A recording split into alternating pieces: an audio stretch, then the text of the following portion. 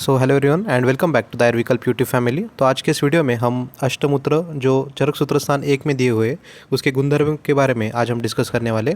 क्योंकि कई बार क्या होता है कि ये जो मूत्र के गुणधर्म है उसमें कई बार कन्फ्यूजन बच्चों का क्रिएट हो जाता है एंड फाइनल में ऐसे क्वेश्चन आपको कन्फ्यूजिंग पूछे जाते हैं तो उसमें आपका टाइम भी ज़्यादा खर्च होता है एंड बाय द वे आपका जो आंसर है वो भी गलत होने के ज़्यादा चांसेस होते हैं। तो इसी प्रकार से आज हम देखने वाले हैं कि कौन से मूत्र का कौन सा गुणधर्म है। एंड जैसे कि मैंने पहले से आपको बताया कि आपको कुछ कीवर्ड्स पिकअप करने होते हैं गुणधर्म में, उसी के बारे में आज हम चर्चा करेंगे। तो स्टार्टिंग विथ हम देखेंगे कि अविमूत्र। ठीक है, तो यहाँ पे क्या देखना है आपको, अविमूत्र। तो देखो यहाँ पे क्या है, अवि, तो उसके गुणधर्म में आपको क्या बताया गया है कि तिक्त स्निग्ध पित्त अविरोधी, ऐसे उसके गुणधर्म यहाँ पे बताए गए हैं। तो एक मिनट, तिक्त है, स्निग्ध है, पित्त अविरोधी है, तो उसको हम कैसे ध्यान में रखेंगे। बेसिकली अवि का तिक्त है तो आपको क्या ध्यान में रखना है, आपको पता है कि एग्जाम में हमें AT KT लगती है, तो दैट इज़ ए एंड यहाँ पे टी, ऐसा हम ध्यान में रख सकते हैं।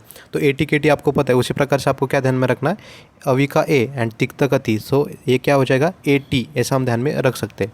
उसके बाद में स्निग्ध है तो अवि से अविनाश नाम का एक लड़का आप कंसिडर कर सकते हो जिसकी स्किन ऑयली हमेशा रहती है, ऐसा आप ध्यान में रख सकते हो।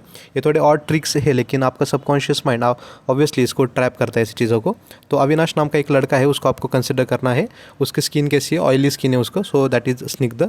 एंड AT KT आपको ये पता है, तो इसी प्रकार से अवि का ए एंड टी फॉर तिक्त, इस प्रकार से आप इसको ध्यान में रख सकते हो। उसके बाद में देखो ये वेरी इंपॉर्टेंट वर्ड है, दैट इज पित्त अविरोधी। जब भी आप ये वर्ड को प्रोनाउंस करते हो दैट इज पित्त अविरोधी, तो ऑटोमेटिकली अविरोधी में आपका अवि ऐसा बीच में आ जाता है। तो पित्त का अविरोधी दैट इज अवि, वो प्रोनाउंसिएशन में आ जाता है, दैट इज अविरोधी, राइट, दैट इज अवि, इसी प्रकार से आपको ध्यान में रख सकते हो। तो पित्त वर्धक ऐसा तो वो नहीं पूछेंगे आपको, लेकिन पित्त अविरोधी ऐसा पूरा का पूरा वर्ड अगर वो आपको देंगे तो आप इस प्रकार से उसको ध्यान में रख सकते हो। उसके बाद में नेक्स्ट हमारा क्या है, दैट इज़ अजा। अजा मतलब क्या होता है कि बकरी का दूध, ये तो बहुत ही कॉमन चीज़ है, आपको पता है। तो इसको कैसे ध्यान में रखेंगे, देखो इसका रस क्या है, कषाय मधुर। तो कई बार आपने देखा होगा कि रूरल जो एरियाज़ होते हैं उसमें जैसे कि गाय का दूध हो, भैंस का दूध हो, वैसे ही बकरी का दूध का भी प्रयोग हम पीने के लिए लोग करते हैं। मतलब ये कॉमन चीज़ है, आपने भी बचपन में कभी ना कभी इसका ट्राई किया है।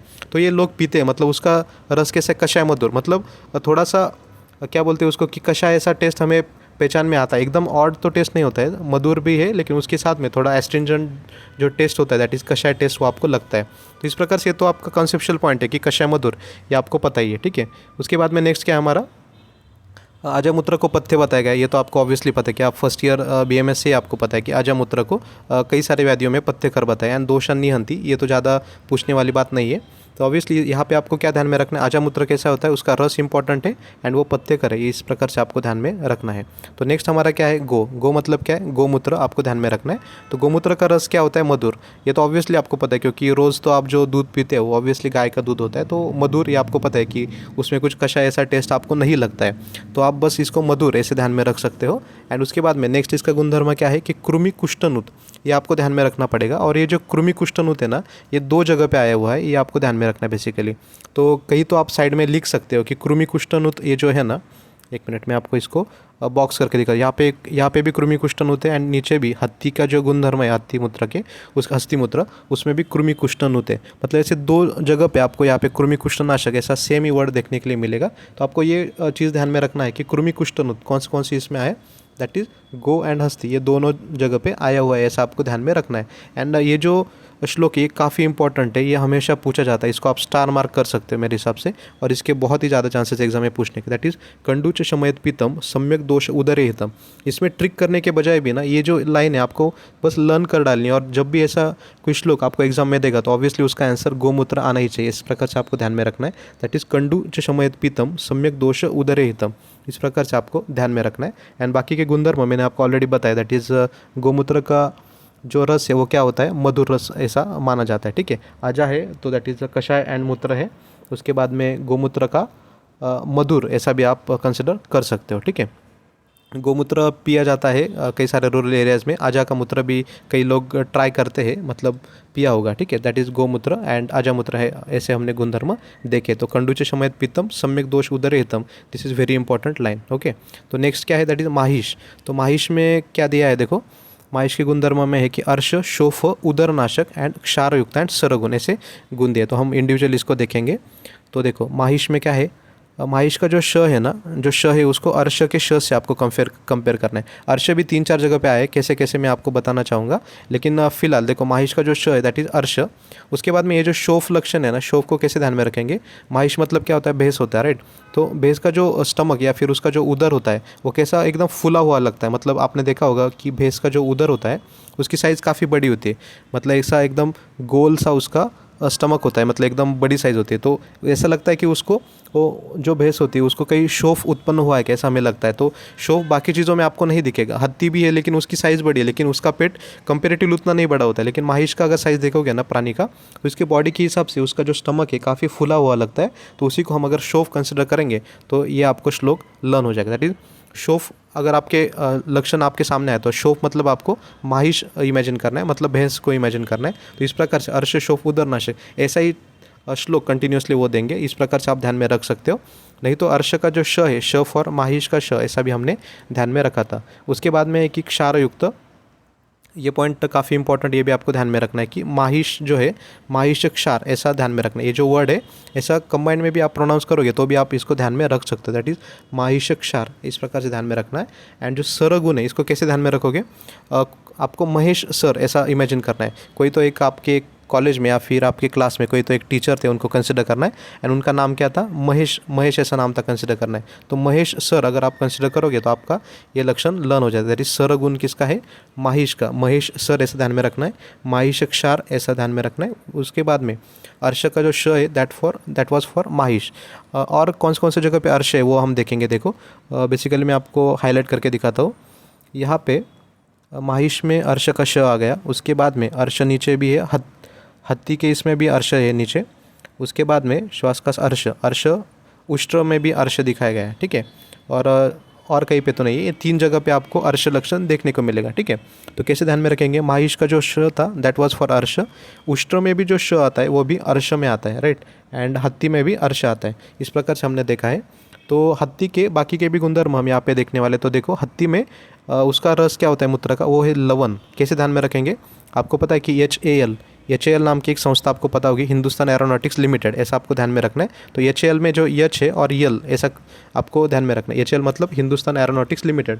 आप बहुत सारे जो कुछ मूवीज़ वगैरह देखते हो अभी, फाइटर जैसे मूवी या फिर कुछ भी एयरफोर्स रिलेटेड, उसमें आपने ये वर्ड पढ़ा ही होगा कि HAL that is Hindustan aeronautics limited. तो HAL दैट इज़ हस्ती लवन, या फिर HAL में एच एंड यल, इसका संबंध आपको ध्यान में रखना है। या फिर HLA B27 ऐसे जो कुछ फैक्टर्स है वो भी आपने कभी ब्लड टेस्टिंग में पढ़े होंगे। तो HLA B27 ऐसा भी ध्यान में रखोगे तो भी याद में आएगा। या फिर HAL, तो एच एंड यल इसका संबंध आपको ध्यान में रखता। तो हत्ती का मूत्र कौन सा है, लवन है। उसके बाद में क्या है, कृमि कुष्ठनाशक। मैंने आपको बताया कि कृमि कुष्ठनाशक 2 जगह पे आया था, ऊपर भी हमने ध्यान में रखा था गोमूत्र एंड यहाँ पे हत्ती मूत्र में। अगर आपको ये ध्यान में नहीं आ रहा है तो कैसे ध्यान में रखेंगे, कुष्ठ। तो हत्ती की जो त्वचा होती है ना, आपने देखा होगा कि उसकी त्वचा अगर नज़दीक से देखा है तो उसमें से पैची स्किन हमें नज़र आती है, जैसे सोराइटिक स्किन हमें दिखती है ना, उसी प्रकार से हत्ती की स्किन हमें दिखती है। तो उसी को हम कुष्ठ अगर कंसिडर करेंगे तो वो कृमि कुष्ठ हो जाएगा। लेकिन इससे बेहतर है कि आप साइड में लिख दो कृमि कुष्ठ, के कृमि का के और कुष्ठ का के ऐसा 2 टाइम आपको लिखना है। दैट इज़ गो और हत्ती का जो मूत्र है उसमें कृमि कुष्ठ लक्षण आया हुआ है। उसके बाद में हस्ती मूत्र का नीचे और एक लक्षण है, दैट इज़ प्रशस्त बद्धविन मूत्र विष श्लेष्मयम अर्शसम। तो कैसे ध्यान में रखेंगे इसको, मैं आपको बता रहा हूँ। देखो यहाँ पे क्या है, प्रशस्त बद्ध विनमूत्र। तो उसका बद्ध विनमूत्र क्यों है, ऐसा कंसिडर करना है कि हत्ती एक बहुत बड़ा क्रिएचर होता है, राइट। उसकी साइज़ कैसी है, प्रशस्त, मतलब बहुत बड़ी साइज़ है हत्ती की। हत्ती नाम का जो प्राणी है उसकी साइज़ कैसी है, प्रशस्त, मतलब बहुत बड़ी साइज़ है उसकी। तो ऐसा हम ध्यान में रखेंगे। उसके बाद में बद्ध विनमूत्र है। बद्ध विनमूत्र मतलब क्या, उसको कॉन्स्टिपेट होगा या फिर मूत्र प्रवृत्ति में भी उसकी अच्छी तरह से मूत्र प्रवृत्ति नहीं होगी। तो ऐसा क्यों होगा कि हत्ती हमेशा बैठा रहता है, मतलब ज़्यादा कुछ बॉडीली मूवमेंट्स उसके नहीं होते, उसी कारण क्या हो रहा है, उसका बद्ध विनमूत्र लक्षण उसकी बॉडी में उत्पन्न हो रहा है। इस प्रकार से आपको ध्यान में रखना है। तो प्रशस्त बद्ध विनमूत्र जब लक्षण आपके सामने दिया जाएगा तो प्रशस्त नाम से आपको क्या कंसिडर करना है कि प्रशस्त है। प्रशस्त मतलब बॉडी का साइज़ क्या है, प्रशस्त किसका होगा, हत्ती का होगा। एंड बद्ध विनमूत्र एक ही जगह पे बैठने के कारण उसको कॉन्स्टिपेट होता है हत्ती को, तो बद्ध विनमूत्र। एंड विष श्लेष्मयम अर्शसाम, जब भी आपको श्लेष्मा लक्षण दिखे, देखो जहाँ पे श्लोक में आपको श्लेष्मा आएगा ना, तो ऑब्वियसली आपको क्या कंसिडर करना है कि हत्ती एक ही जगह पे बैठता रहता है हमेशा, प्रशस्त साइज है उसकी, एक ही जगह पे बैठता है, उसको कॉन्स्टिपेट भी होगा। एंड एक ही जगह पे बैठने से उसका कफ भी बढ़ेगा। कफ बढ़ेगा तो क्या यहाँ पे लक्षण आएगा, श्लेष्म लक्षण आएगा। और अर्श का हमने कैसे कंसिडर किया था कि जहाँ पे वर्ड में मतलब माहिश हो गया, उष्ट्र हो गया, उसमें क्या था, श लक्षण था, श फॉर अर्श का श था। लेकिन यहाँ पे हत्ती का क्या है कि एक ही जगह पे वो बैठे रहता है ना, तो एक ही जगह पे बैठने के कारण भी उसको अर्श उत्पन्न हुआ था। लेकिन ऐसा इंडिविजुअली पूछने से वो बेटर है कि ये पूरा श्लोक पूछेंगे। तो पूरा श्लोक आपको ऑब्वियसली लर्न है कि यहाँ पे प्रशस्त बद्ध विन्मूत्र विश्लेषमायाम अर्शसाम, तो प्रशस्त साइज किसका है, हत्ती का। इस प्रकार से आप ध्यान में रख सकते हो, ठीक है। तो नेक्स्ट लक्षण हमारा क्या है, उष्ट्र। उष्ट्र मतलब क्या होता है, उंट होता है। तो उंट का कैसे ध्यान में रखेंगे उष्ट्र का, कि सतिक्तम, ठीक है। देखो यहाँ पे तिक्त है, तिक्त के लिए इंग्लिश में हम क्या लिखेंगे, टी लिखेंगे। और उष्ट्र का जो ट है, ट के लिए भी इंग्लिश में हम क्या लिखेंगे, अल्फ़ाबेट टी यूज़ करते। तो टी एंड यहाँ पे भी टी है। उष्ट्र का ट एंड तिक्त का त समवट दे आर सिमिलर। तो इस प्रकार से आपको ध्यान में रखना है, उष्ट्र का ट और तिक्त का त, इस प्रकार से ध्यान में रखेंगे। एंड उष्ट्र दैट इज श्वास कासगनम अर्शोगनम। अर्श का श हमने ध्यान में रखा था, उष्ट्र का श और अर्श का श, इस प्रकार से तो हमने ध्यान में रखा था। लेकिन यहाँ पे इंपॉर्टेंट लक्षण क्या आपको ध्यान में रखना, दैट इज श्वास कासगन। श्वास कासगन एक काफ़ी इंपॉर्टेंट लक्षण। तो इसको कैसे ध्यान में रखेंगे कि उष्ट्र मतलब ऐसा इमेजिन करना है कि कोई तो डेजर्ट का एरिया था, ठीक है। तो डेजर्ट एरिया में ऑब्वियसली आपको क्या, पानी की कमी पानी की कमी होती है वहाँ पे डेजर्ट में। और जो उष्ट्र है वो ऐसा इमेजिन करना है आपके कि कोई मूवी आपने देखा होगा, फॉर एग्जांपल डंकी जैसा मूवी, या फिर कोई ऐसा मूवी की जिसमें रेगिस्तान में जो ऊंट होते हैं वो भागते रहते हैं, फिर दौड़ते रहते हैं। तो दौड़ने के कारण उनको क्या होगा कि श्वास उत्पत्ति होगी, ऑब्वियसली श्वास उत्पत्ति होगी, क्योंकि वहाँ पे काफ़ी ज़्यादा गर्मी होती है एंड साथ में ही उनको पानी की कमी होती है। तो गर्मी प्लस पानी की कमी, उसके कारण उनको श्वास उत्पत्ति होगी, ठीक है। तो श्वास का लक्षण जब भी आपके सामने दिखेगा, दैट इज श्वास का सकना, तो आपके सामने आना चाहिए कि कोई तो रेगिस्तान में जो उष्ट्र है वो दौड़ रहा है, ऐसा इमेजिन आपको करना है, ठीक है। तो नेक्स्ट लक्षण हमारा क्या है, वाजी। तो वाजी को हम कैसे ध्यान में रखेंगे, देखो वाजी मतलब क्या होता है कि जो घोड़ा होता है वो दौड़ता है, हमें पता है वाजी। तो वाजी को कैसे कंसिडर करेंगे, देखो तिक्त कटुकम, कटुक जो है ना, कटु को सी कंसिडर करेंगे एंड तिक्त को टी कंसिडर करेंगे। तिक्त का टी और कटु का सी। कटु आइडियली के होना चाहिए, लेकिन यहाँ पे हम सी कंसिडर करें, तो सी एंड टी फॉर तिक्त कटु। तो कैसे ध्यान में रखेंगे, सी टी। तो सी टी बजाने पे घोड़ा आता है, इस प्रकार से आप ध्यान में रख सकते हो ट्रिक। क्या ध्यान में रखना है कि सीटी बजाने पे घोड़ा आता है, वाजी मतलब घोड़ा, ठीक है। तो सी एंड टी, सी फॉर कटु, टी फॉर तिक्त। तो सीटी बजाने पे कौन आता है, घोड़ा आता है, दैट इज वाजी। इस प्रकार से आपको ध्यान में रखना है। एंड उसके बाद में एक लक्षण है कि कुष्ठ व्रण विशापहम। कुष्ठ व्रण विशापन, यहाँ पे व्रण भी इंपॉर्टेंट वर्ड है।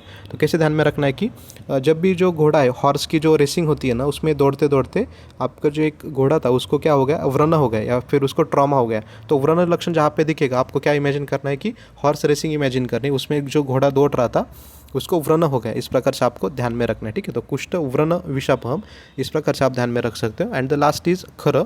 खर मतलब क्या होता है कि गधा होता है। तो खर मतलब गधा। तो आपको पता है कि गधा व्यक्ति हम किसे कहते हैं, जिसको भी उन्माद अपस्मार हुआ है ना, उसको हम कहते हैं कि हाँ ये गधा व्यक्ति है, ये गधे जैसा कुछ भी हरकतें करते रहता है। तो उन्माद एंड अपस्मार एंड ग्रह, ये लक्षण तीनों अगर आपको दिखेंगे तो आपको कंसिडर करना है कि हाँ ये व्यक्ति तो पूरा गधे की तरह कर रहा है, दैट इज खर मूत्र। इस प्रकार से आप ध्यान में रख सकते हो।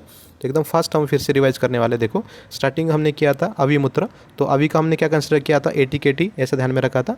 तो एटीकेटी का मतलब क्या है, ए एंड यहाँ पे तिक्त का टी, ऐसा हमने कंसिडर किया था। उसके बाद में स्निग्ध, अविनाश की स्किन ऑयली थी एंड पित्त अविरोधी। जब भी हम इसका प्रोनाउंसिएशन करते हैं ऑब्वियसली इसमें अवि वर्ड आ जाता है। उसके बाद में है आजा। आजामूत्र, गाँव में जैसे गोमूत्र पिया जाता है वैसे आजामूत्र भी कई लोग पीते हैं। तो उसका टेस्ट ये कषाय भी थोड़ा होता है, तो मधुर कषाय, ऐसा ध्यान में रखना है। एंड ऑब्वियसली आजामूत्र पथ्यतम ऐसा बताया गया है, ठीक है, ये तो हमें पता है। तो दोष निहंती इतना नहीं पूछेंगे, लेकिन आप लर्न करके रखो। एंड गोमूत्र में आपको पता है कि लोग इसे पीते, दैट इज़ मधुर है। कृमि कुष्ठन उत्लक्षण हमें गो एंड हत्ती, ये दोनों में हमने ध्यान में रखे थे। उसके बाद में कंडूच शमयत पीतम सम्यक दोष उदर हितम, ये मैंने आपको सिग्मा लाइन बताई कि जो आपको गोमूत्र के केस में लर्न करना है। उसके बाद में माहिश। माहिश का आपका पता है कि जो भैंस होती है उसका पेट बहुत ही बड़ा होता है एंड इट्स लाइक कि उसके बॉडी पे कोई शोफ आए ऐसा हमें लगता है। तो शोफ लक्षण जहाँ पे दिखेगा, सो दैट इज माहिश। एंड महेश सर हमने कंसिडर किया, तो सो दैट वाज सरगुण। एंड माहिश क्षार, ऐसा एक वर्ड कंटिन्यूसली आपको ध्यान में रखना है। मतलब कंबाइंड वर्ड लिख के रखो साइड में कि माहिश क्षार, या फिर माहिश का श, क्षार का क्ष, ऐसा भी ध्यान में रख सकते हो। उसके बाद में हत्ती। हत्ती का मैंने आपको एक ट्रिक बताया था, हत्ती का HAL या फिर HLA B27, एच एंड यल एक कंबाइन में आना चाहिए। सो HAL मतलब हिंदुस्तान एरोनॉटिक्स लिमिटेड, या फिर HLA B27 में हत्ती का H एंड यल, ऐसा आप ध्यान में रख सकते हो। एंड कृमि कुष्ठ तो ऑब्वियसली गो एंड हत्ती दोनों में आया था लक्षण। उसके बाद में हत्ती का साइज़ कैसा था, प्रशस्त था। देन एक ही जगह पे बैठने के कारण उसको बद्ध विन्मूत्र लक्षण हुआ था। एक ही जगह पे बैठने से उसका श्लेष्मा भी बढ़ रहा था। एंड अर्श का श, एक ही जगह पे बैठने से अर्श भी हुआ था, ऐसा हमने ध्यान में रखा। उष्ट्र के केस में क्या था, एक उल्टा हमने कंसिडर किया था, तो ऊँट क्या करता है, रेगिस्तान में दौड़ता है, तब उसको क्या श्वास कास की उत्पत्ति होती है, उसको पानी नहीं मिलता है, तो श्वास कास की उत्पत्ति होती है उष्ट को, एंड उष्ट का ट एंड तिक्त का ट ऐसा हमने ध्यान में रखा था। एंड अर्श का जो श है, श फॉर उष्ट का श, महिष का श फॉर अर्श, एंड हत्ती में भी बैठने के कारण अर्श हुआ था, तो अर्श 3 जगह पे आया है। उसके बाद में वाजी के केस में हमने क्या कंसिडर किया था, सी टी, सी फॉर कटु, टी फॉर तिक्त, तो सी टी बजाने में कौन आता है, घोड़ा आता है, दैट इज वाजी। एंड वर्ण ये इंपॉर्टेंट लक्षण है, ये हमने कैसे ध्यान में रखा था कि घोड़ा जब हॉर्स रेसिंग में दौड़ता है तब उसको ट्रॉमा होता है, एक जगह पे वो गिर जाता है, तो उसके कारण, तो इसलिए वाजी यहाँ पे हमने कंसिडर किया था। लास्ट में खर मतलब गधा क्या करता है, उन्माद अपस्मार एंड ग्रह, हमें पता है कि कोई भी मानसिक रुग्ण हो तो हम उसको कहते हैं कि ये गधे की तरह करता है। तो इस प्रकार से हमने अष्टमूत्र के गुणधर्म चरक के अनुसार देखे। एंड उसके भी नीचे एक इंपॉर्टेंट पॉइंट ये आपको ध्यान में रखना है कि जो सभी मूत्र है उसके गुणकर्म तथा उपयोग में बताया गया है कि सभी प्रकार के मूत्र ये उष्ण होते हैं, तीक्ष्ण होते हैं, स्निग्ध, कटु तथा लवण रसात्मक होते हैं। ये भी आपको ध्यान में रखना है कि सामान्य गुणधर्म आपको ध्यान में रखना है। एंड इनका प्रयोग हम कहाँ पे करते हैं, उत्सादन हो गया, आलेपन हो गया, आस्थापन बस्ती, विरेचन तथा स्वेदनार्थ, इनका हम प्रयोग करते हैं। अनाह, उदर, अर्श, गुल्म, कुष्ठ तथा किलास आदि व्याधियों में भी इसका प्रयोग उपनाह या फिर परिषेक के रूप में किया जाता है। तो ये पॉइंट आपको बहुत ही ज़्यादा इंपॉर्टेंट है, उसको ध्यान में रखना है। एंड पांडु के केस में भी इनका उपयोग बहुत ही ज़्यादा हमें होता रहता है। ठीक है, तो इस प्रकार से हमने अष्टमूत्र के गुणधर्म देखे हैं, और बाकी के जो भी कुछ इंपॉर्टेंट पॉइंट्स हैं हम नेक्स्ट वीडियो में देखेंगे। तब तक के लिए चलो, गुड बाय।